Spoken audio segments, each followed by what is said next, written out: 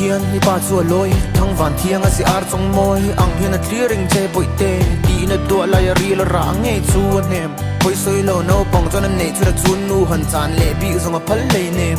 nu kam hangai che nang tal chuan min kal san su o ti lom lom ma se thi na nun rong in le na tan nei lo fa sha le zol tu rin a lak sak phur phur ngai ngai tu le na nai nei ve chun su fin mai ya ngai a chan tu tha tha chu sak ma se ta na lai gol eng hun tu rang ma lel berani eng dang ngai mal so na bo hian a mai big lo sak me la rang ka dar ti luan ti rin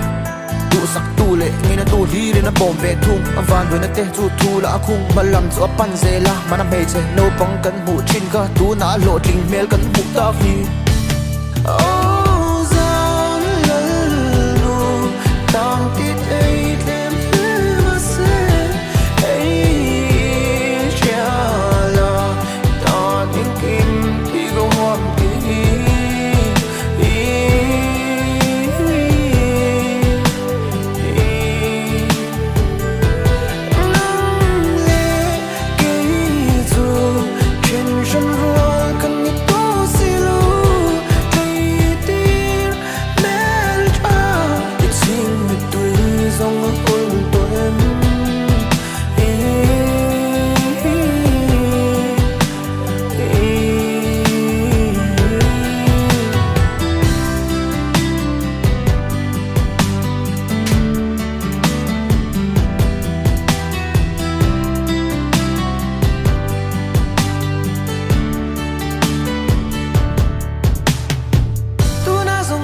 sam la nu chu ka tong ve ta che voi te caramel ma shangin lo boy vel chin ma se in nun lui sul nu zong te har sa in lo bom bo ma se nuam sa tong nge yang ke ma min nei to e akhi zo sangan